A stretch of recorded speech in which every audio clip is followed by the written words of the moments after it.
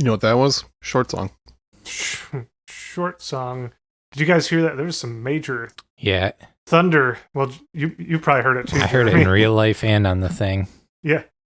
I was saying how I don't recall having had a storm during a podcast. Yeah, I'm hoping this new mic is good at what it says it's good at, because my neighbor is mowing and it's starting to storm.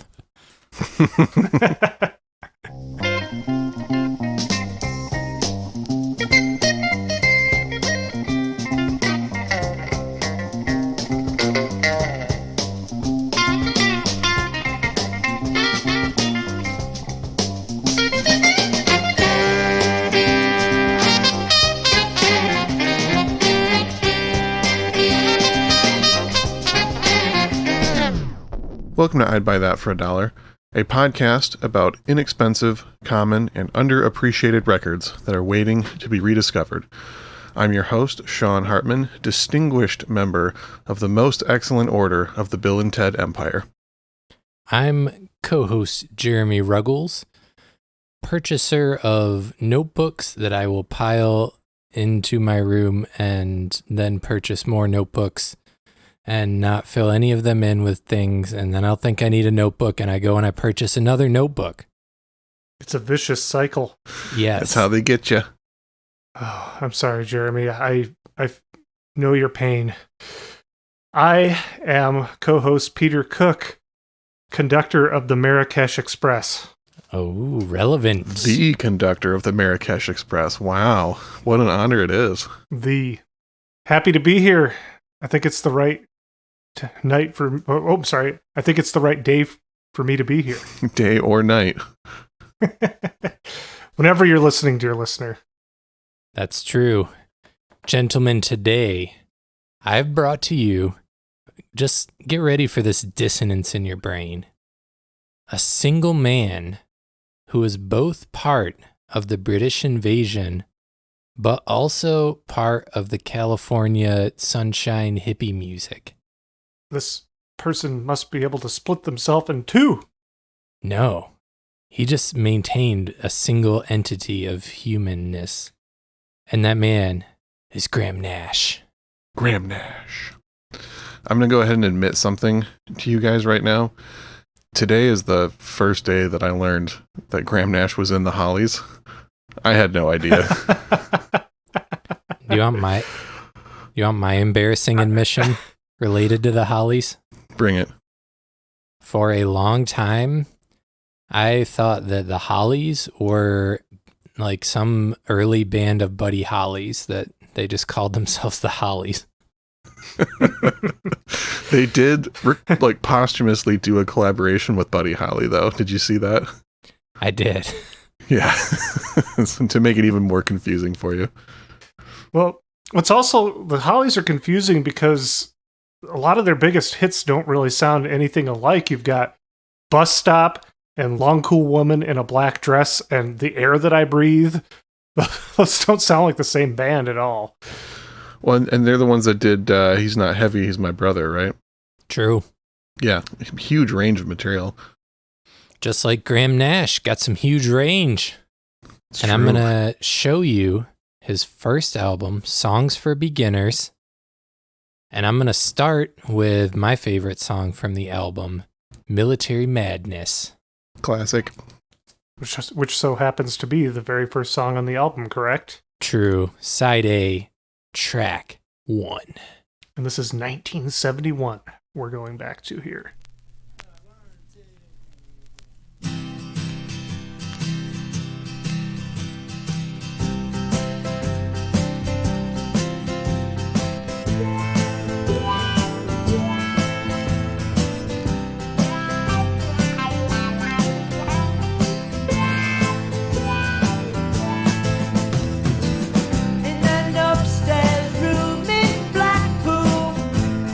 Side of a northern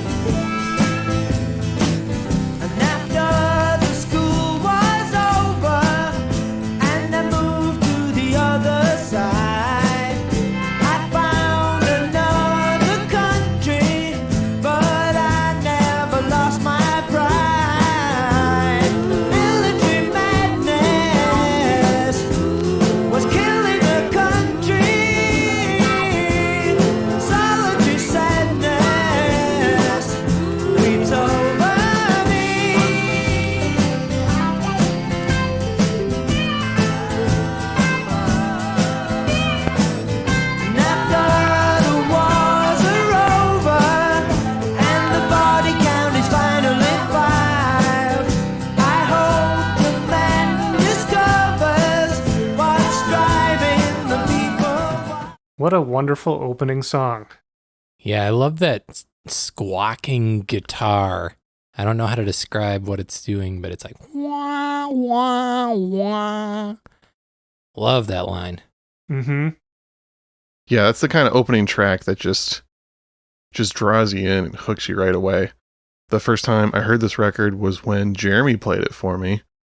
I feel like there's been a lot of Jeremy record picks where it's something that I recommended to him, so it's the other way around, kind of. And yeah, the first time I heard this record, I was like, why have I not checked out the Graham Nash solo stuff? This rules. You want another embarrassing admission? Bring it. That song, Military Madness, I thought was by an indie rock band called Woods about 10 years ago because they put out an album with the cover of that song on it. And they don't do covers. And it didn't say anywhere on it about it being a cover.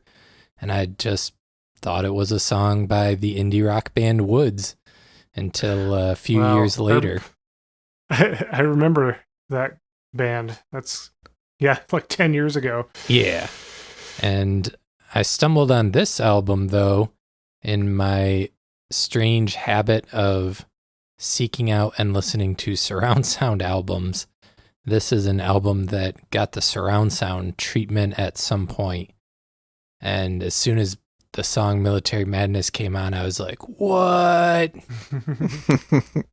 This is the first time that I've heard this album, or really any Graham Nash solo, which is strange. I'm familiar with all of the other high-profile Crosby, Stills, Nash, and Young records that came out following Deja Vu, those being Neil Young's After the Gold Rush, David Crosby's If I Could Only Remember My Name, and Stephen Stills' self-titled. And for some reason, never heard this one before. Don't know why. I'm sorry, Graham. At some point early on in record collecting, I think I just solidified the impression that I had that Crosby, Stills, Nash and Young was just inferior to Neil Young's solo stuff, and therefore I didn't need to check out any of the solo projects. And for some reason, I just never moved past that until now. Here we are. At least one of those records is really, really good, and we're going to keep talking about that one by Graham Nash. I thought I was like, After the Gold Rush is a good one too, but that's Neil Young. Yeah. You were sold on Neil Young, obviously. I already know about all that. I will say I listened to a little bit of that David Crosby record today, and that one sounds good, but I'm still unconvinced about Stephen Stills. Yeah, I'm still working on both Stills and Crosby as far as their solo stuff goes, but you know what? I think I'm sold on Nash now. Oh, for sure. I think after researching this, Stills and Crosby don't do themselves any favors by being likable people to also like their music. Yeah, that's a big part of it, for sure. But let's find out who Graham Nash is. Graham Nash was born in 1942 in Blackpool, England. His mother was from Salford, England, got evacuated because of World War II, but then they returned a few years later, and Graham Nash actually grew up mostly in Salford, England. At age 6, he started singing, and around age 8, he met a friend, Alan Clark, who they would sing in church together, harmonize, they hung out, they were good buds, made a little band in high school, and that little band was called the Hollies, which ended up becoming a very big band. In fact, they were quite popular in the UK, had a few songs that made it over into the US. I had not listened to a lot of Hollies before this, and as you said, they have a wide variety of output, but the output early on when Graham Nash was in the band kind of sounded like a British Beach Boys to me. That's how I could best describe it. And there's a lot of 3-part vocal harmonies, but it's kind of more dour and less sunny than the Beach Boys, but still similar to early Beach Boys with just that straight ahead beat, good catchy pop melodies going on. Yeah, kind of that jangly guitar driven British Invasion garage rock sound going on. Yeah. And they were named the Hollies not because Buddy Holly was in the band, but because they all really liked Buddy Holly. Which, when I was reading an interview with Graham and he's describing that, and one thing I found interesting is that he said him and his friends and a lot of other people he knew liked Buddy Holly because he was very relatable. And not like Elvis, where he's like a superstar, or like it gave me that same vibe of why people say punk music inspired them to start making music, where he's like, that person looks like me, and that seems like something I could do. And it inspired him to do it. I mean, I've heard similar takes from like the Ramones, where that was a whole part of the aesthetic for some of like the early, groundbreakers of punk rock, was that they're just trying to take it back to that early Buddy Holly-esque rock and roll vibe of just like simple songs, short, kind of everyman style of music almost. It makes sense. Yeah. And yeah, so they rode that out, got famous, started playing big shows in London, started trying to break into America. And that's where they got him with the marijuana. The hippies got him. They got him. Yeah. In an interview, Graham Nash described how he started smoking pot after coming to America.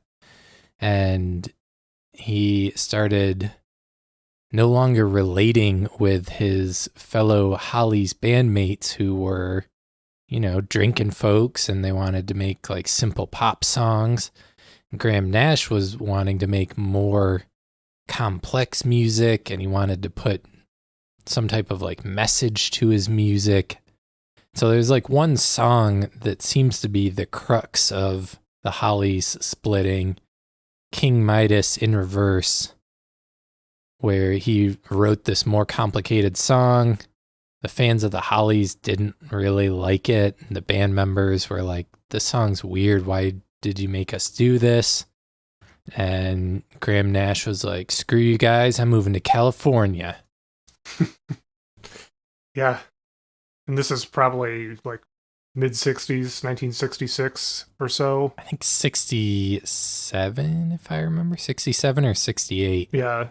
I think he officially quit in 68, if I remember right, but like there was definitely that period before it where he was like meeting some American musicians that seemed to be more in line with his new mission and his new mode of music making, and was kind of like already trying to figure out how to make a shift into something that was more artistically fulfilling. Yeah, maybe a little David Crosby influencing him. Mm-hmm. Maybe a little Stephen Stills influencing him. Maybe a little bit. Yeah, so if you didn't know, David Crosby was in the Byrds. Stephen Stills was in a little band called Buffalo Springfield. And they're both, left those bands. They're in LA. And they're like, Graham, dude, you gotta come chill with us, bro. We got the... As was the language at the time. We got the dankest bud down here in Laurel Canyon, bro.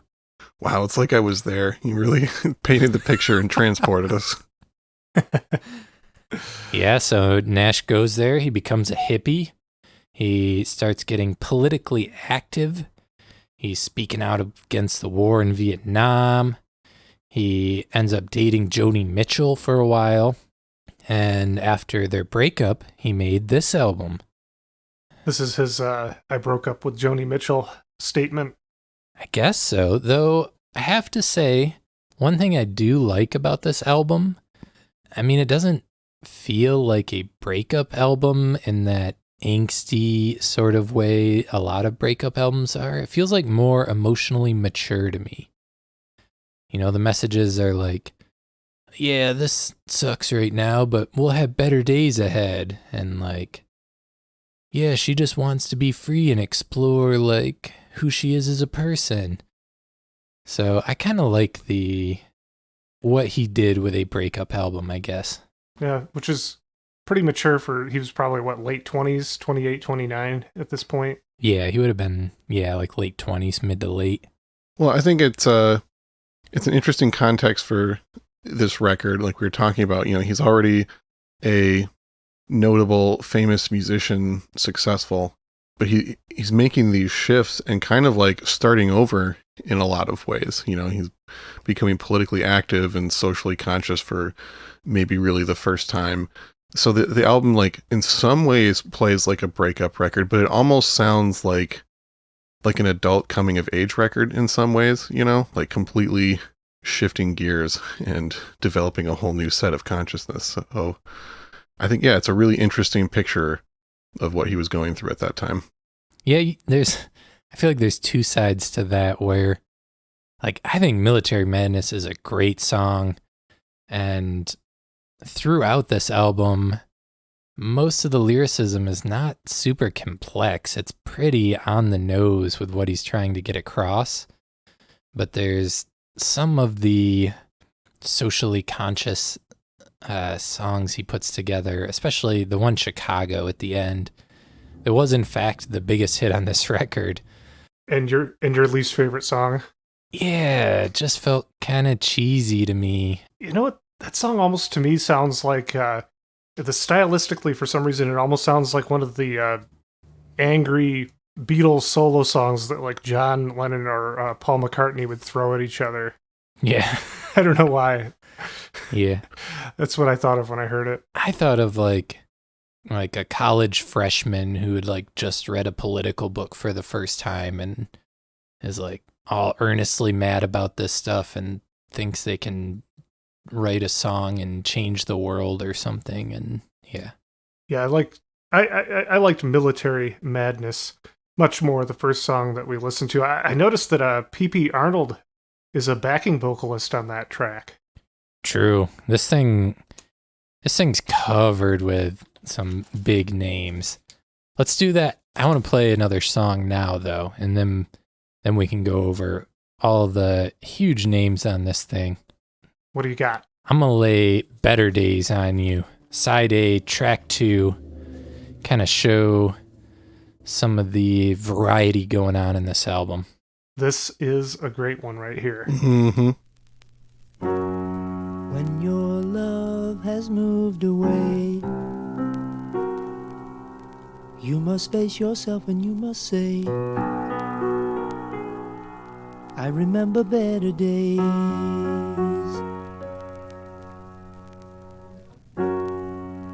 Don't you cry 'cause she is gone. She is only moving on, chasing mirrors through a haze.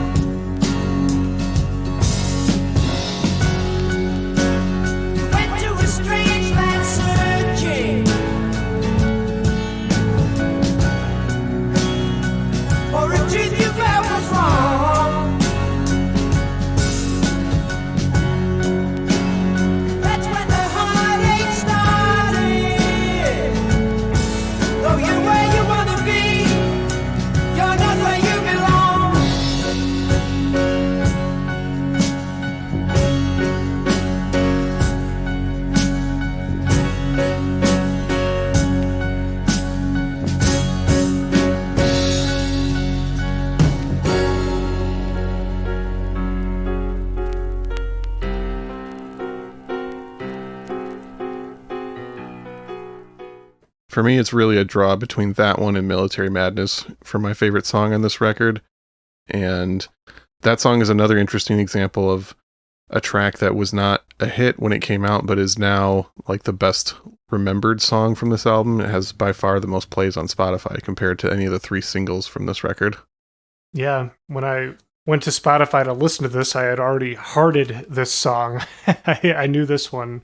I think the algorithm had fed it to me several times. They knew. They did, and I didn't pay attention and check out the rest of it. Until now, here we are. Yep, that's why we're doing this show. You guys like that sick piano? That piano was especially sick, almost as if there's a notable player making those piano sounds. Who could it be? The world famous Joe Yankee. My favorite pianist. Of course. Also known by his other name, Neil Young. Never heard of him. Yeah, I didn't get to the bottom of why he credited as Joe Yankee. I don't know if it's one of those, label things where they can't use the person's name, or if he was just being a goofball. Don't know. Yeah. It's his way of saying, I'm Neil Young. Doesn't even matter if I get attention for this. True. Oh, but this thing's got names on it, boys. So many names. You guys got a favorite name you saw? Sermon Posthumous. The bass credited as bass clarinet on Better Days. That sounds like another Joe Yankee to me. That has to be, yeah. I'm not sure who that is. I was happy, of course, as always, to see Chris Etheridge from the Flying Burrito Brothers. Yeah, who's worked with Judy Collins, Nancy Sinatra, Willie Nelson.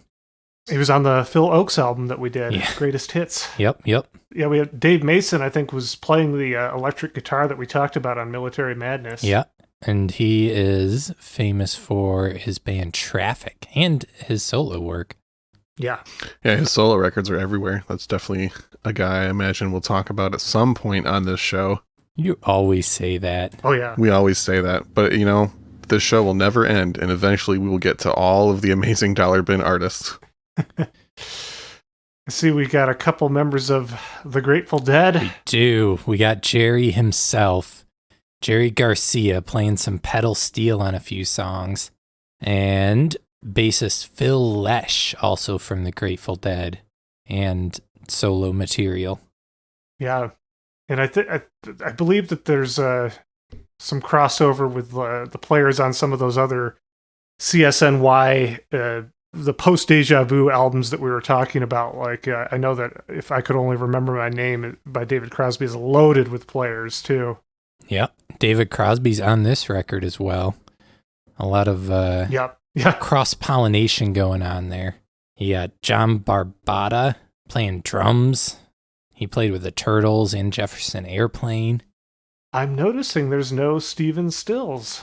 No Steven Stills, and that, I'm going to say, has something to do with Rita Coolidge, who is on the album. Oh, yeah, a little bit of drama. A little bit of drama. Rita did some piano and background vocals. I read something Rita had written about all the various rock stars she'd known or had some type of relationship with. And this is her take on the drama between Steven Stills and Nash, who I'm going to go with her take over either Nash or Stills. But essentially, Graham Nash had spotted Rita and invited her to a show of theirs. Steven Stills stepped in and called Rita and said, "Oh, Graham has to cancel." And then Steven Stills made a move on her and took her on a date, and they end up dating for a couple months. And Rita's not super digging dating Steven Stills, it sounds like, because he's pretty dramatic, and it sounds like all of them were pretty wild and doing lots of drugs and being ridiculous at this time. But she's still got her eye on Graham Nash. So then her and Graham Nash start seeing each other, and Steven Stills does not like it. He throws a fit. Graham tries to like talk to him like an adult about it. Steven tries to throw punches. Then he tries to overdose on pills in a hospital or in a hotel and has to be taken to a hospital. So a bit of band drama there around Rita Coolidge. So dramatic. Jeez. Yeah, I'd read that they had both dated her at different times, so that all makes sense. That tracks. Yeah, and previous to Graham Nash dating Joni Mitchell, David Crosby had dated Joni Mitchell, though David Crosby gave Graham Nash his blessing in, them pursuing a relationship. So a little bit different that situation. Played out a little differently than anything I know about Steven Stills is intensity and hot-headedness, so I'm not surprised to hear that. Yeah, very much not like how his voice sounds. Some people are just like that, though. Yeah, I guess that also explains why there's more David Crosby, Graham Nash duo records than there are the full trio.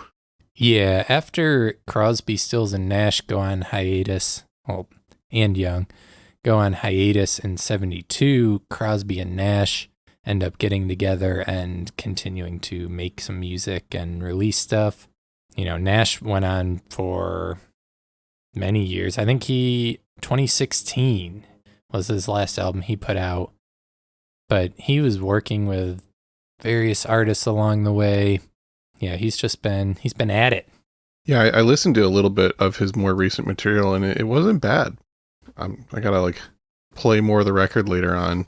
Usually when you hear artists that have been going this long, their later material is pretty forgettable, and it didn't impress me as that right away. So interested to dig into the late period Graham Nash later on.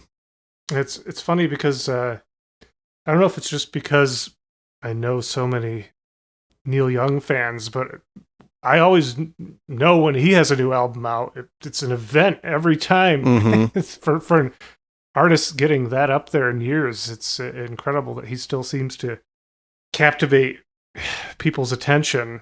Yeah, it's pretty much just him and Paul McCartney at this point, right? That are able to get that much attention from new releases.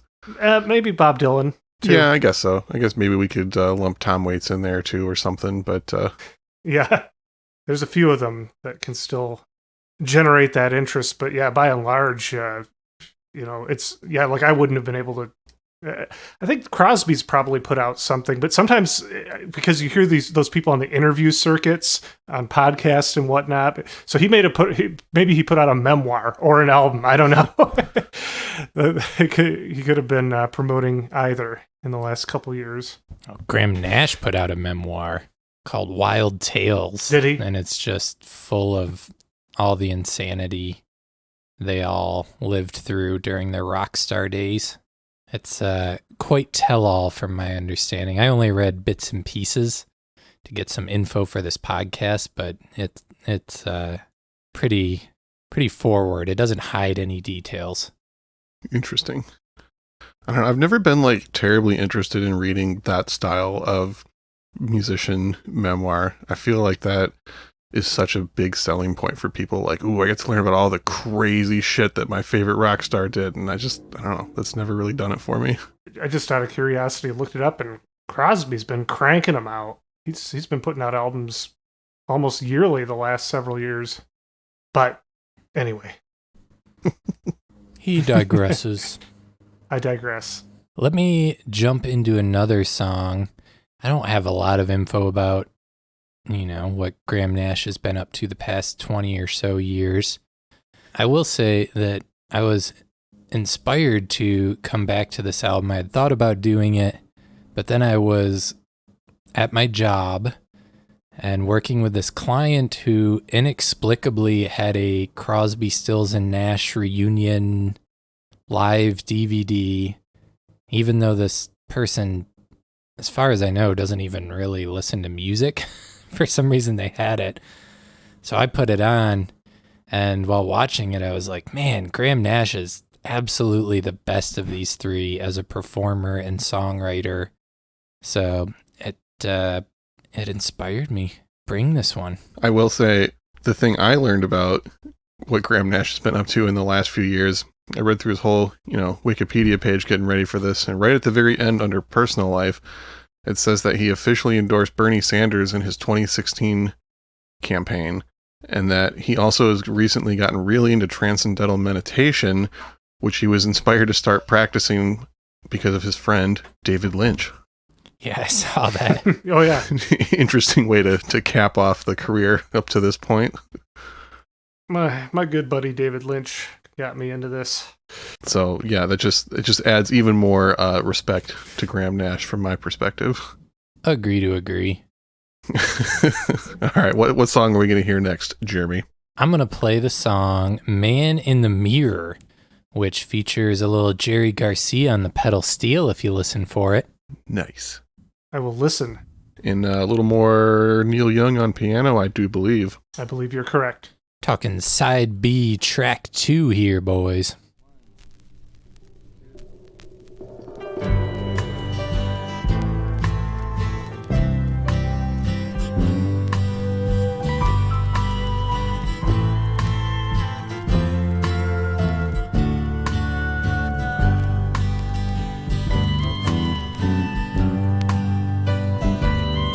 On the end of a tightrope, I'm over the town. I'd be good in a circus, but so would a clown. From the way that I feel, all my hang-ups are down.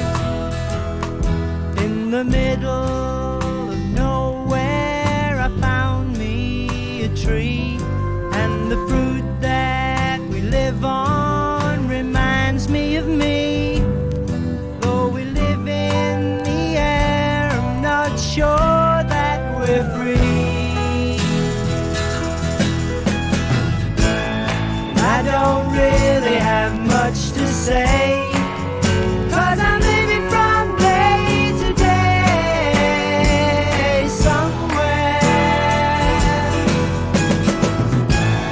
And I don't care what the people say, 'cause if everyone knows the way, we're nowhere. Two and two make four, they never make five. And as long as we know it, we all can survive. Make sure that the things you do keep us alive.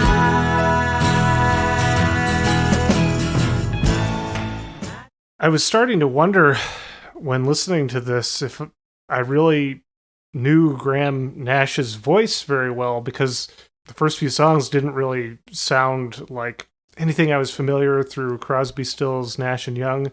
But then when I heard that one, I could very much hear that that's the guy who sings Our House.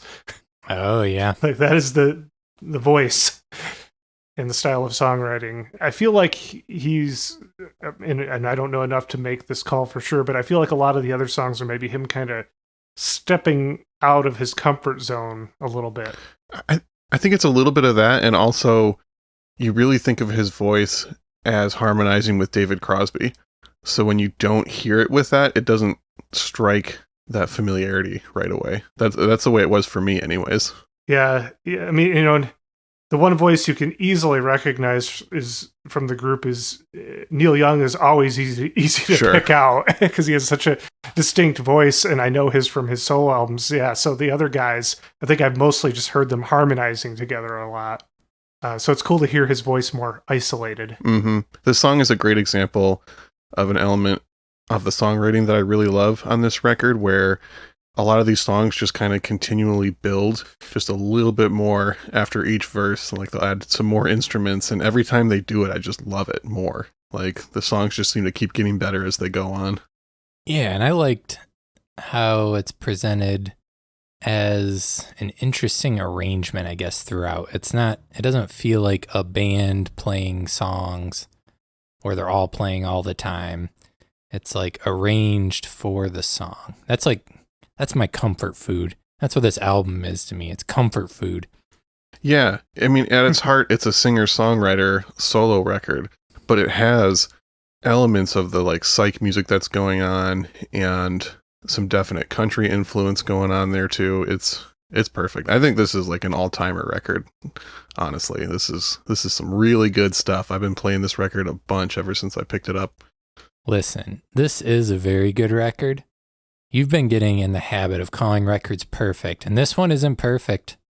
I didn't say it was perfect. I said it was an all-timer. Okay.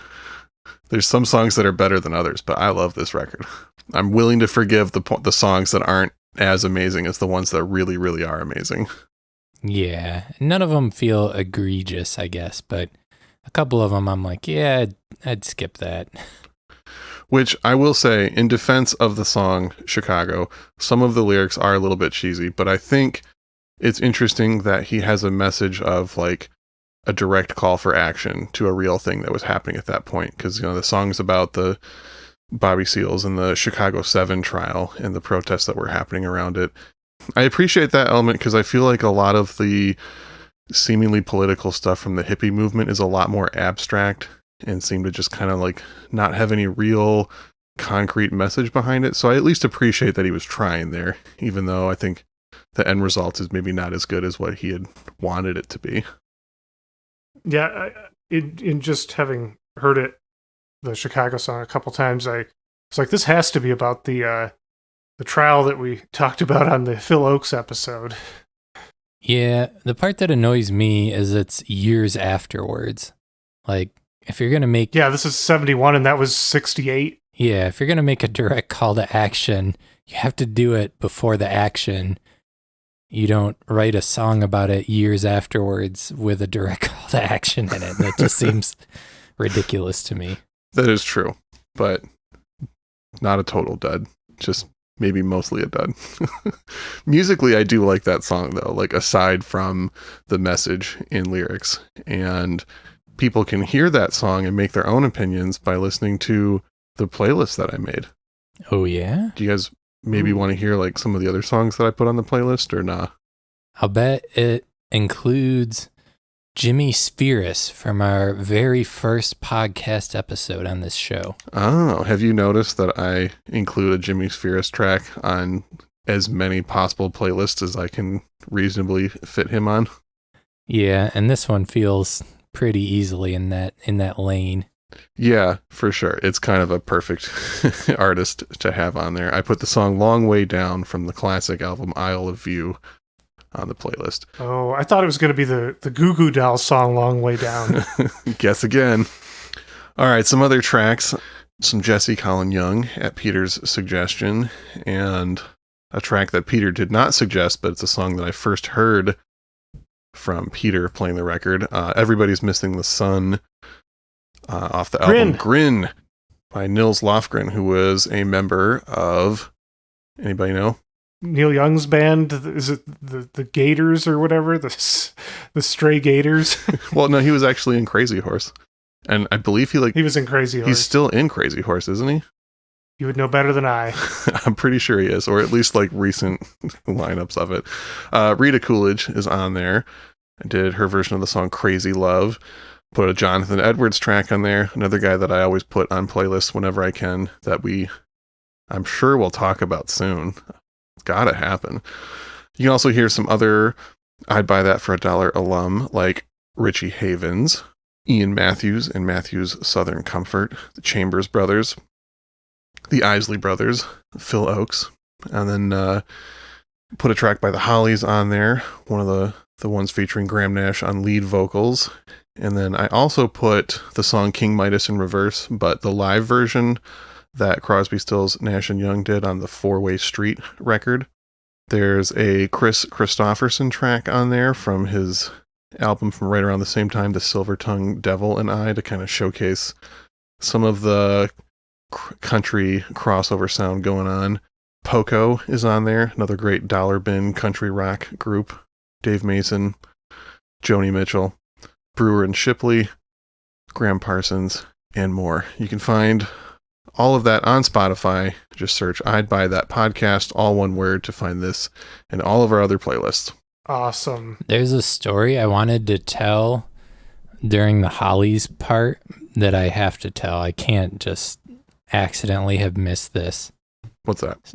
So Graham Nash told this story in an interview, though I'm fairly certain it's true.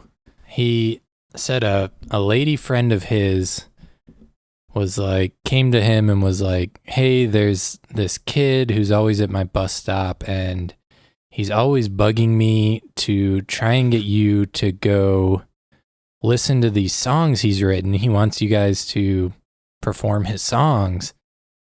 So Graham agrees. Graham and Alan in the band agree to go, meet this kid. And she's like, yeah, just like pat him on the head, tell him he's doing a good job, make him feel good.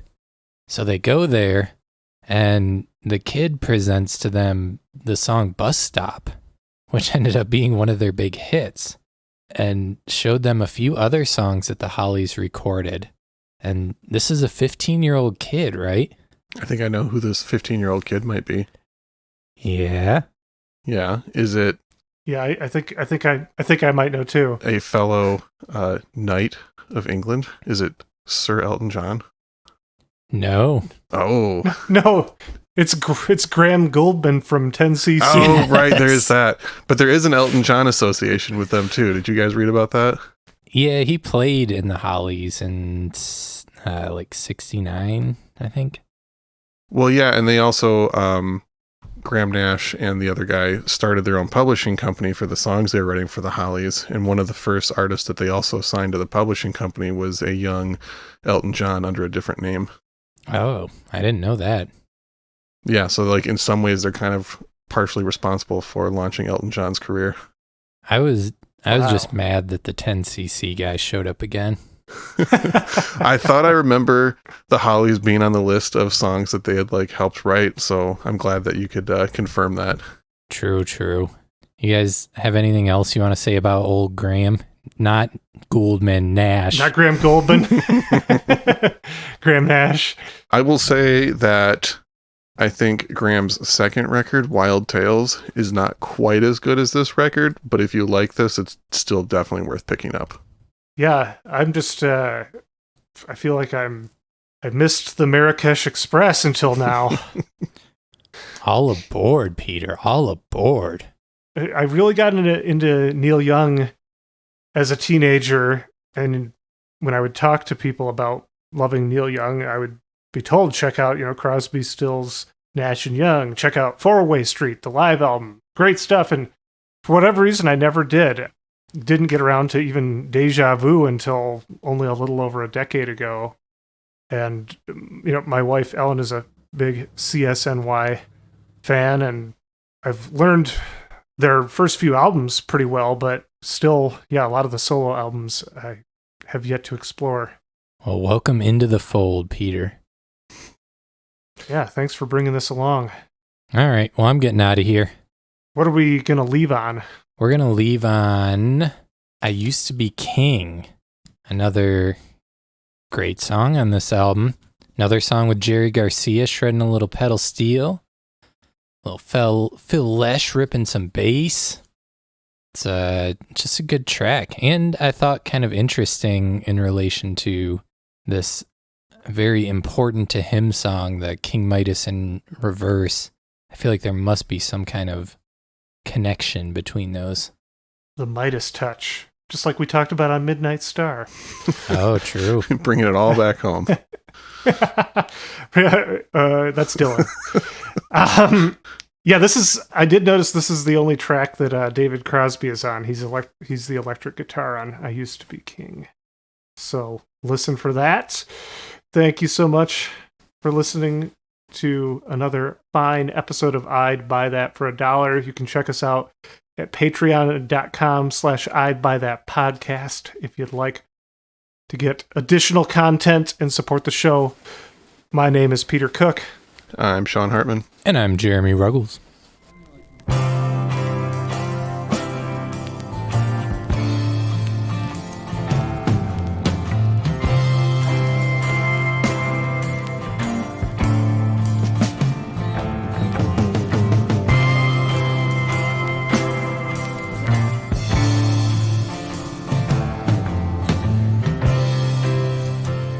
I used to be a king.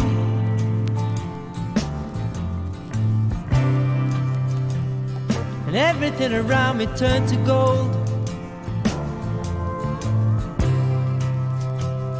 I thought I had everything.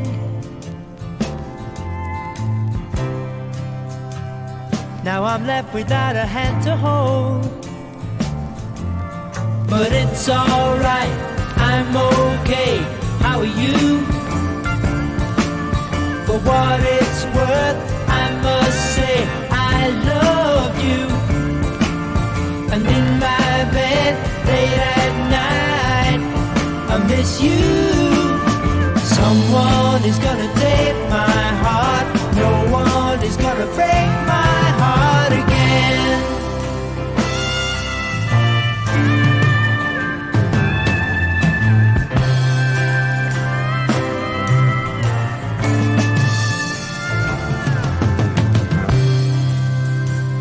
I used to be a king.